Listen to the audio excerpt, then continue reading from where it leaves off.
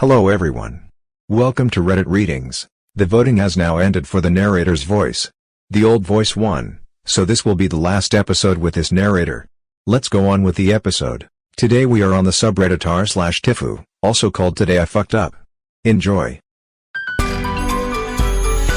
Reddit Readings, Episode 30. Today I fucked up by relaxing too much during a sensual massage. Bit of backstory. I started talking to a guy on Reddit last week. We hit it off, started texting and found out that he lives about 20 minutes from me. We decided to meet for a date on Friday. I have IBS and stomach was feeling a bit dodgy, but decided to soldier on. I was also very tired. The fuck up, so I'm at this guy's house and I've made us a very nice mac and cheese. There was some cuddling, kissing and some sex. We're then snuggling on the sofa and I feel a big fart brewing. I'm hoping I can just absorb it back into my body if I hold on to it long enough. We start talking about massages and the guy offers to give me one. I choose a relaxing oil. I'm naked on my front and he is naked, straddling me, kind of sitting on my bum. He starts rubbing my back, and turns out he's good at massages. I'm feeling really relaxed and start to drift off. I then wake myself up with the most earth-shattering fart I have ever expelled. The fart I was holding captive had burst free with a vengeance, displeased by the extended time spent in my rectum. It was hella loud and it was hella long. And it was right on his balls. It was so forceful, they vibrated. His response was to tell me, through tears of laughter, "At least you didn't shit yourself." Today I fucked up by wearing a Halloween costume to school. This is a case of me being a chronic dumbass. I thought that because it was Halloween today, that other people in a normal holiday-loving school would wear at least a prop, or one of those bouncy antenna headbands with pumpkins or ghosts, but nope. Not a soul. Nobody wore or did anything to celebrate. I know it is a holiday that you eventually grow out of, but since costumes are my passion, I spent months on a bright orange pirate coat and made a costume to go underneath. I'm not usually the extrovert, and due to a few recent unfortunate events and my shitty mental state, I'm only at school like 50% of the time, and I thought, maybe this time I can have a bit of fun just this once, but fate had other plans for me on this rainy Halloween. It's safe to say I was embarrassed and felt bad and surrounded and like a freak. If I see someone else with a costume on I might feel better, but this was overkill. I'm in 11th grade, and thankfully because of that I likely won't be made fun of, but costuming will always be my passion and someday I will feel okay being the only one in a crowd of people. Today I fucked up by suggesting to my boyfriend that he get testicle implants. I've been dating this guy for a few months. He has a fetish for petite Asian girls, that I know. But he also has a thing for big breasts, which I attribute to his hentai porn fascination, where women are depicted in strange and inhuman proportions. In the past month, he has been making comments here and there about breast implants.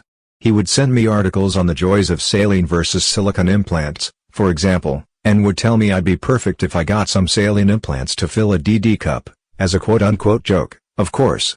DD is not crazy actually because my band size is 30, which is equivalent to a 34C, but still insulting to me.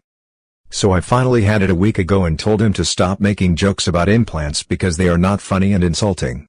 I told him most petite Asian women are not big-breasted, contrary to his hentai fantasy. He did stop for a few days, then today again he mentioned to me how great I'd look in a double D while we were out having brunch. So I snapped, and I said well maybe he should get some testicle implants to augment the size of his cherry testicles. Well, he didn't take my suggestion too kindly and went home in a huff by himself. He hasn't returned any of my texts since. Today I fucked up by falling asleep then waking up while my roommate brought his date back. This happened many years ago. But it's still an experience that brings a few laughs. Back in college, I shared a room with a 4'9" dude, and he was a nice man. He would always leave everything spotless. He was an amazing wingman and he always managed to make sure that when we had a few people over that they'd all have food readily available and drinks, etc. He was so cool. Anyway, he told me he was going to have a date and asked if I'd be going to my friend's house for the night. He didn't live too far and I had been talking about meeting him one of the days. I was like, yeah maybe. Oh, I see you want the room tonight. I got you, don't worry. So he's all nervous about his date and I give him a pep talk. I said, you're a good man. Your date's gonna be great and you definitely look ace. He was all hyped up and left. I called my buddy and asked if he was at home. He was actually at work. But, he told me he'll be back home within a couple of hours or so. Now, My roommate who was on his date told me he would ring or text me, to let me know he got back safe to the room and to give me the heads up when to leave. So, I figured I got plenty of time. I laid on the bed and basically waited for 2 hours to go by to get a phone call from my buddy to tell me he had finished work. But, I instead get a text message from him saying he had finished work and that he'll be getting home a lot later than expected. Still no sign from my roommate on his date though, who said he'll ring/message me if he's bringing his date back. Then I ended up falling asleep again after waiting for my buddy to message me when he's free to meet. After some time passes I begin to wake up a little because I hear some distorted voices, giggling and bed creaking. I'm like, oh fuck, he's with his date, he and she are gonna be pissed if I ruin their night now by waking up. Why didn't he text me or ring? So, I stayed stationary and pretended to be asleep.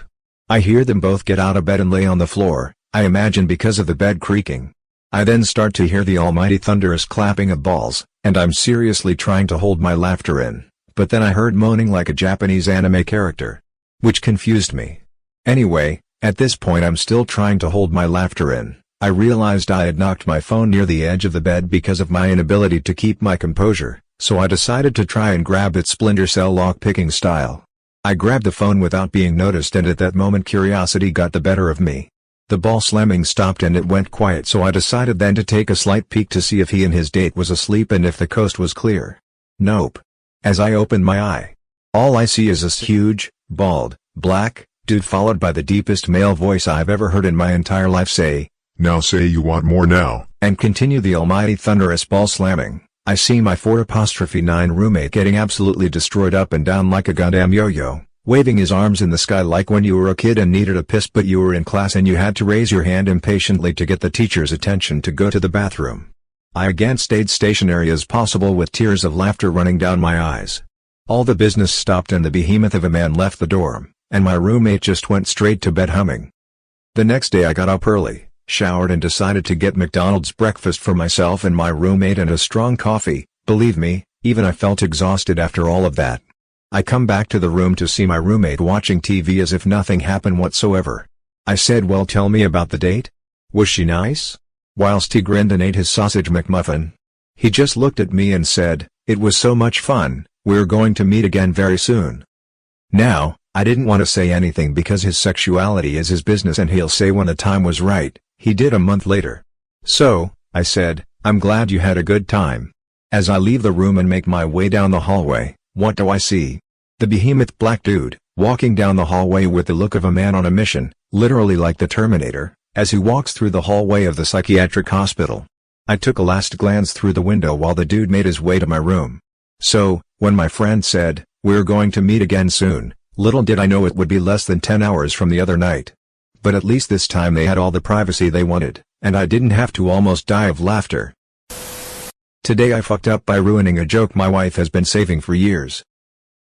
Tomorrow I'll be turning 32. As we were waking up this morning she asked me if I was excited about the plans we'd made for my birthday. I responded that it was going to be tough to do everything in half a minute, but I was looking forward to it nonetheless. She looked at me, blank-faced for a couple of seconds. I thought she was just trying to make sense of what I had said. Instead, she suddenly smacks my chest and yells at me that I ruined a joke she's been holding onto for years. I didn't believe her until she showed me an email from 2016 that she had sent to herself to remind her to set a calendar event so she wouldn't forget. It took her 10 minutes before she was calm enough to talk to me again. Unfortunately for her, I've known and used the 32nd birthday joke for years. Today I fucked up by accidentally making my friend's parents think I was having lesbian sex with their daughter. Obligatory, this didn't happen today, but I was talking to my friend and remembered about this whole ordeal and thought I'd share. This happened a few months ago, and for context, me and my friend are both 17 and female, and importantly one of our female friends had just come out as gay at the time. This meant that my other friend, the one who this is about, whom I'll call H, had told her parents that one of her female friends was gay, but hadn't specified which one. Important later. So one day H invited me over to watch a film after school. When I arrived I said hi to her parents, then went upstairs with H to her bedroom to watch the film. This is where the fuck up slowly started. First of all, we closed the door, which is something that we never do when I visit her, but was important as we were watching a film and didn't want to be disturbed by her parents. Then we turned the light out, again, Uncharacteristic for us but important for watching a film. We really didn't think much about either of these things. Anyway, an hour later we were talking and laughing with the film in the background. Now, this is where I really fucked up. I was being uncharacteristically funny and was talking in a kinda flirty, sexual voice which one of the characters in the film had sounded like. H found this really funny, so I continued with it and only spoke with that voice for a good 10 minutes or so, and we were both quietly laughing a lot. At some point during this time I heard her parents walk past the door, but neither of us thought much about it. Some more important information to know is that H is asexual, meaning that she doesn't experience sexual attraction and doesn't want to have sex, and her parents don't know this about her because she doesn't like to talk to them about that kind of thing. This means that I constantly forget that most people don't know this about her. Another 20 minutes passed and then we heard footsteps and soft knocking on the door. We thought this was strange as they're the kind of parents to barge into a room without announcing their presence. H shouted at them to just come in the room and then we heard the sliding of paper under the door. We were very confused and just watched this piece of paper awkwardly sliding and then heard footsteps walking away. H picked up the paper and it said, "We're going to get McDonald's for dinner, do you want anything?" We were both seriously confused about why they had felt the need to tell us via paper, in such an awkward way rather than just opening the door to ask. Then it dawned on me and I turned to H and asked her, "Do your parents think we were fucking?" At first she looked at me with a look of confused disgust, wondering why the hell I had said that, then slowly her expression turned to that of horror and realization. We had closed the door, turned off the lights, had been quietly giggling, I had been talking in a flirty voice for an extended period of time. Not to mention the fact that neither one of us can sit still for more than 10 seconds, so there had certainly been lots of bed creaking and sheet rustling sounds. Also, her parents knew that one of her two female friends was gay, just didn't know which one it was, and didn't know that their daughter was asexual, so she would never want to have sex anyway. We immediately turned the lights on and opened the door, but by then it was too late. When we went downstairs to say what we wanted from McDonald's, her parents couldn't look either one of us in the eye, and were talking to us really awkwardly. After the McDonald's, I left and H spent a lot of time subtly clearing it up with her parents, such as mentioning the name of the friend who was gay, and bringing up that I had a boyfriend, which her parents didn't know about. I think they realized that they had got it wrong, but those moments of awkwardness were horrific. Luckily all has been fine since, but now whenever we meet up we make sure to keep the door open. Today I fucked up by putting a rock in my ear, then leaving it for roughly 13 years. Bit of context, I was a fairly dumb, 9-year-old at the time this happened. I'm 26 now. Well, it begins at a smallish, outside, family gathering on my dad's side. My parents split up some few years earlier, and my mom had primary custody, and I had spaced myself from the other children and took up refuge beneath the adult table. It's where I got to hear all the awful rumors and jibber-jabber, so why not, right? While I sat amongst rubble and dirt, I had this amazing idea to put pebbles in the ridge of my ear now and again, and treat them individually like a car on a racetrack. Again, I wasn't bright. Well, I drove one of them bitches right into my ear canal. That said, I flipped out at the idea that this object slid into my ear, and suddenly I can't remove it. Not a single adult was even aware I was under the table by this point, because of course all the brats were locked in the backyard. So when this screech of terror left my mouth, all that was heard otherwise would have been knees against the table and dining were clattering. I lost my mind. My dad yanked me up and immediately took me to the bathroom and started the hydrogen peroxide treatment to the ear, assuming it was just a panic attack, and that it was earwax agitating my eardrum or something. Probably not the keenest reaction, but the thought process was sound. Whatever really. Either way, after what seemed like hours, him, his mother, brothers, and sisters reassured me it was fine, saying it probably fell out and that I was overreacting. Okay. Sure. Let's skip ahead a bit. It was roughly a 2-year span between 14 and 16, and I'm in high school. This is where the real fun begins. Equilibrium issues emerge, sprinkles of lost balance mostly. I could no longer submerge my head in water for more than a few seconds, high and low pressures made me sick. Plus general discomfort over little things like showering, sleeping, traveling. It was a nightmare, really. I get to thinking about things, and grab a simple paperclip then bend it straight, putting a little loop on the end before fishing around my ear for that imaginary rock I had long ago forgotten. All I hear is scrapes. I'll admit, I immediately started to panic before running off to my mom, who rightfully rushed me to the hospital while demanding why she hadn't been told up until now. That's another topic entirely. Well, wouldn't you know, though? The doctor said I was faking, examined my ear, and said I just had compacted earwax and was likely trying to get out of school. Right. It was probably June at the time. My mom didn't really believe him, but I decided balls to it. Let's get some hydroperox. Because of fuck hospitals really. Skip along the years a bit more. I'm 18 and I know for a fact there is something in my fucking head. I'm losing it. So I hit the hospital again, and this time the doctor outright states, there's definitely blockage. I'm not sure if it's a rock, but I can certainly try to help. So this professional pulled out this gnarly looking pair of scissor hemostats and gets to just having his absolute way with my ear canal, trying to get a grip on this smooth object. It was audio torture, hands down. Rubbing steel to granite, but centimeters from your eardrum, and this went on for at least 4 minutes, until my ear began to bleed lightly. The end results? You'll need to see a specialist, the specific type eludes me, but basically it was the same guy that removes peanuts from toddlers' nasal cavities. I'll admit right now, my choices here forward were dumb as all hell. The sight of my ear bleeding sent me off the deep end, and I began refusing all help entirely, only trying to remove it myself from that point on and truthfully just torturing myself when I reflect back. Let's time jump one last time. I'm 22, couple months away from 23, I have a wonderful girlfriend, things are great, but headaches have developed and are a reoccurring thing. However, my balance issues have basically been worked out. Great. But now, out of the blue, I'm losing hand-eye coordination. Well damn, you know? I attributed it to the rock in my fucking skull. I lost it yet again, and went on a rampage this time, demanding my girlfriend give me all her dental and dermal tools so that I could dig this chunk of earth out myself. 3 different sized hooped, still sticks, a couple of mirrors, a flat-ended rod and a hooked stick. But that last one was phased from the situation immediately. This was the beginning in some sense, to my 20-minute conquest to become a pro surgeon, and I locked myself away to be alone, working and prodding these weird little hooped rods around in my ear, mostly loosening wax and grinding against the round sides of the, admittedly small, stone. Eventually the rod's end slipped absurdly close to my eardrum, and wrapped around the rock. In an instant I froze, but my heart began pounding through my chest. Jackpot. Now, you see, this is a difficult feeling to explain in person, let alone through text.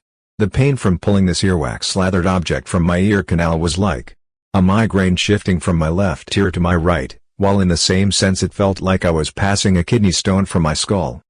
All in all, 2 out of 10. Wouldn't do again. But now it's totally out and I have it put away in a Ziploc bag. I had no real recovery issues, I guess. As soon as the rock was out, my hearing was incredible in the one ear. For an entire day.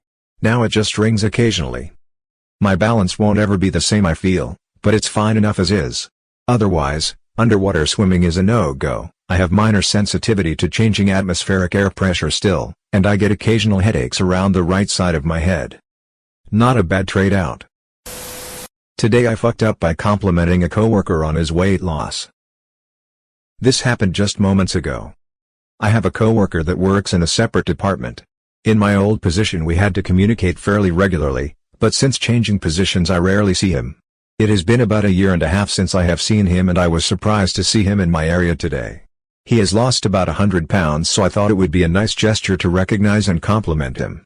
I said it was good to see him again and rather enthusiastically told him he looks great and to keep up the hard work. He responded with a cold smile, said it was nice running into me, and just continued walking. We aren't incredibly close, but we usually stop for small talk, which I was completely expecting as I awkwardly stood in the hallway. When I got back into my office I brought up the weight loss to my office mate and said our coworker really looked great, and he was inspiring. My office mate somberly responded that he was diagnosed with cancer, and has been losing the weight because of that. Today I fucked up buying my son's Halloween candy away from him. My kids go trick-or-treating. We live in a great candy neighborhood, so every year they come home with 100 to 200 pieces. When they're young we tell them Santa brings every boy and girl a present on Halloween, and the more candy you leave him, the better a present he'd leave in exchange. When the kids get old enough to realize Santa is a hoax, that's when we start paying in cash. 25 cents per piece. Did this with our oldest too, and it worked great. They'd give up about 3/4 of their candy and buy a toy.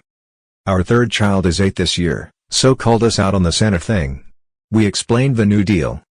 He said, So then it's my money and I can buy whatever I want with it? A new skateboard even? Anything? You bet. Swear? Yep. He goes and brings us all his candy. Even every Kit Kat, his favorite. I was shocked, but he'd been saving up for a skateboard for a bit, so must have decided to go all in to push his savings over the edge. Getting all the sugar out of his room was a best case scenario, easiest $31.75 I'd spent all week. Next day I brought the candy to work. Then we went to Walmart after school and the kids ran to pick out their stuff. We met at the checkout. There's my son, who has raided the clearance aisle and found 200 Kit Kats for $10. I started to tell him to put it back, but he said, "What? You said I could buy whatever I wanted. You swore." I wanted my candy back then. His candy had already been eaten by my co-workers. And I did swear, and we put a lot of emphasis on the importance of keeping your word. So, my son has almost twice as much candy as he would have from just keeping his trick-or-treating. And a new skateboard.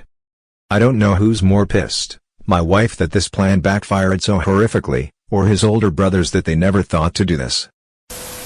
Today I fucked up by escaping an escape room.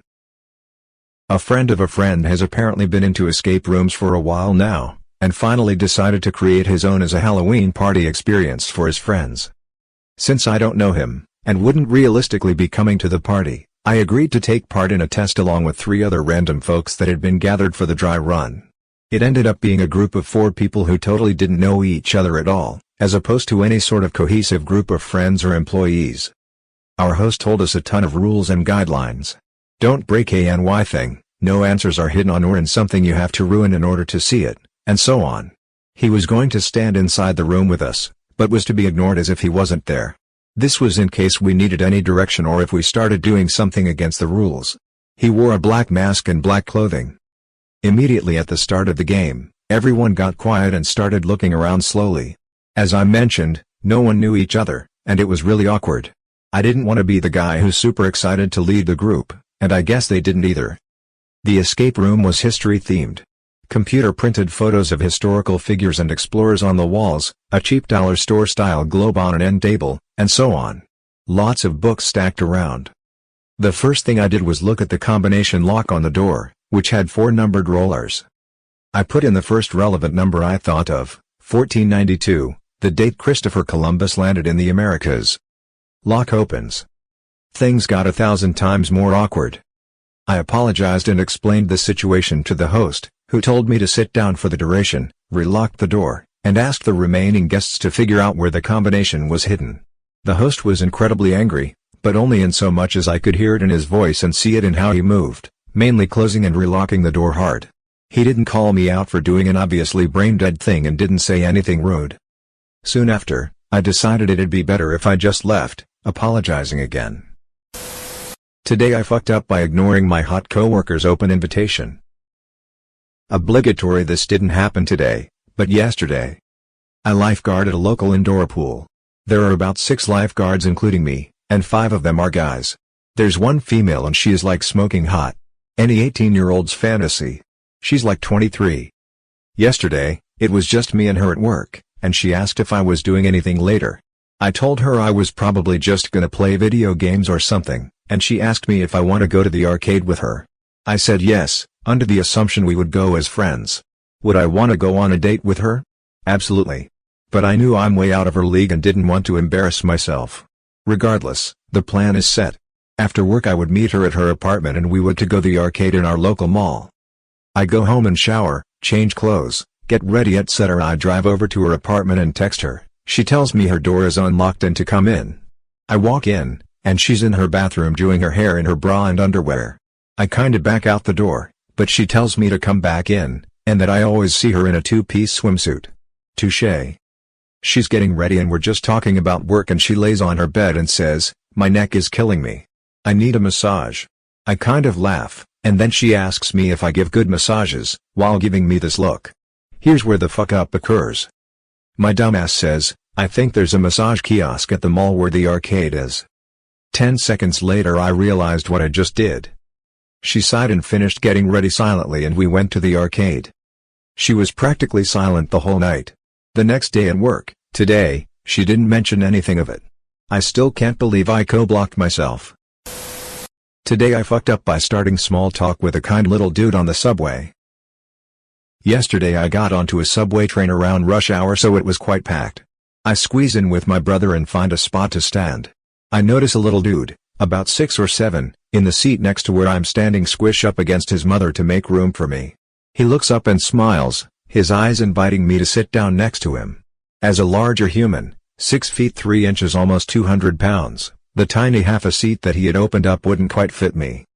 Though I couldn't let his kindness go unnoticed, so I decided to half-cheek it, to be sure he understood what he did was really nice. As I sat down I thanked him for making room and told him I really appreciated the gesture. We high-fived, and in hindsight I should have ended it there. I noticed he had his backpack with him, so I asked how school was that day. He told me it was just alright. Then I asked the fatal question, "Do you have a lot of homework over the weekend?" He let me, the stranger, know he had a big math packet that he had to get done. Unfortunately for him, his mother was listening to our conversation. Her eyes lit up when he told me about the packet. She yelled, "Ooh boy! You told me you finished that yesterday. Guess who doesn't get to play his video games this weekend? You little liar." His head sunk into his chest, as did mine right along with him. A few stops later his mom dragged him off the train by his little jacket.